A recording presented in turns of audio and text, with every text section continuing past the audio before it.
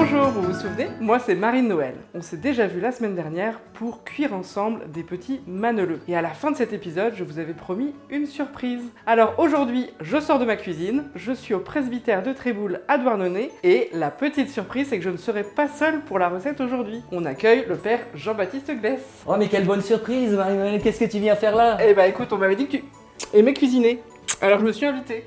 Eh ben c'est gentil, tu vas voir, on a une cuisine et c'est vrai que c'est un lieu important pour moi. Alors Jean-Baptiste qui dit temps de l'Avent ou Noël, est-ce que tu penses à une recette en particulier? Je me dis peut-être que ça pourrait être du pain d'épices parce que la cannelle quand même, ça a un petit air de Noël, le miel, tout ça, c'est une bonne idée. Pour cette recette de pain d'épices, il vous faudra 150 ml de lait, 2 clous de girofle, 90 g de beurre, 80 g de vergeoise, 130 g de miel liquide, un œuf, 100 g de farine, 50 g de farine de sarrasin, 40 g de poudre de noisette, 1 g de fleur de sel, une cuillère à café de bicarbonate de sodium, une cuillère à café de cannelle moulue et 2 cuillères à café de 4 épices. Et le meilleur pour la fin, 40 g de noisettes concassées. Alors dis-moi ce que tu as prévu de faire maintenant. Alors on va prendre une casserole. Tu vas mettre le lait, on ajoute 2 clous de girofle.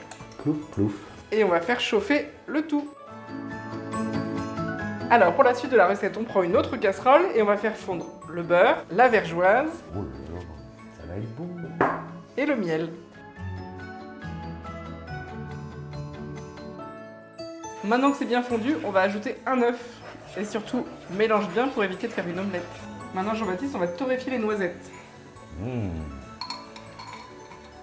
Bon alors Marine, qu'est-ce qu'on fait maintenant? On va préparer la pâte à pain d'épices. Pour ça, tu vas prendre les deux farines, la farine de blé et la farine de sarrasin, la poudre de noisette, et on ajoute le mélange de cannelle, de 4 épices et de bicarbonate. Et là, ça sent Noël.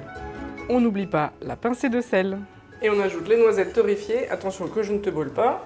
Maintenant, on ajoute le mélange de beurre, la vergeoise Le beurre, l'œuf et le sucre. et le miel. Et maintenant, on termine par le lait dans lequel on a bien enlevé les clous de girofle pour éviter la blague. Pour moi, ce qui est extraordinaire avec Noël, c'est que finalement les crèches, ces petites décorations, c'est que les fidèles ont tellement senti que Dieu était Dieu avec nous, l'Emmanuel, et bien qu'en fait, ils sont mis à représenter leur décoration, leur crèche, là où était né Jésus, chez eux. Et chaque fidèle, chaque communauté chrétienne a senti, vraiment expérimenté, et ça c'est le sens du peuple, le sens des fidèles auquel est attaché le pape François, eh bien que c'était chez eux que Dieu était venu, était venu parmi nous. Et parmi nous, c'est dans notre village, c'est pas dans le village d'à côté, c'est chez nous aussi. Voilà. Quelle température Eh le bien, four? on fait chauffer à 170 degrés. Le pain d'épices, c'est important de ne pas le faire chauffer trop fort. Alors Jean-Baptiste, le four est préchauffé, c'est parti, on va pouvoir l'enfourner pour 35 minutes. Jean-Baptiste, tout à l'heure, pendant qu'on préparait le pain d'épices, tu nous as un peu parlé de la crèche et du sens de la crèche. Je crois me souvenir que le pape François, il y a quelques années, a publié une lettre à propos de la crèche, ou en tout cas un message. Exactement, à Greccio, le 1er décembre 2019, le pape a fait une lettre apostolique qui s'appelle Admirabile Signum, le signe merveilleux de la crèche. Et il nous dit, par cette lettre, je voudrais soutenir la belle tradition de nos familles qui, dans les jours qui précèdent Noël, préparent la crèche. En contemplant la crèche de Noël, nous sommes invités à nous mettre spirituellement en chemin, attirés par l'humilité de celui qui s'est fait homme pour rencontrer chaque homme. C'est vraiment merveilleux comme texte, vraiment. La crèche, dit-il, fait partie du processus doux et exigeant de la transmission de la foi. Dès l'enfance et ensuite à chaque âge de la vie, elle nous apprend à contempler Jésus, à ressentir l'amour de Dieu pour nous, à vivre et à croire que Dieu est avec nous et que nous sommes avec lui, tous fils et frères, grâce à cet enfant qui est fils de Dieu et de la Vierge Marie, et éprouver en cela le bonheur. Après le temps de Noël, on met dans les cartons notre crèche, nos guirlandes, etc. Remettons dans nos cartons cette petite lettre du pape François qui fait 4 ou 5 pages, puis on la relira l'année prochaine et comme ça, on saura pourquoi on s'active pour Noël. Je propose que pour éviter que les gens cherchent partout cette lettre, qu'on puisse la remettre sur le site du diocèse, je rappelle le site diocèse-quimper.fr, pour que tout le monde puisse aller la lire de ce pas.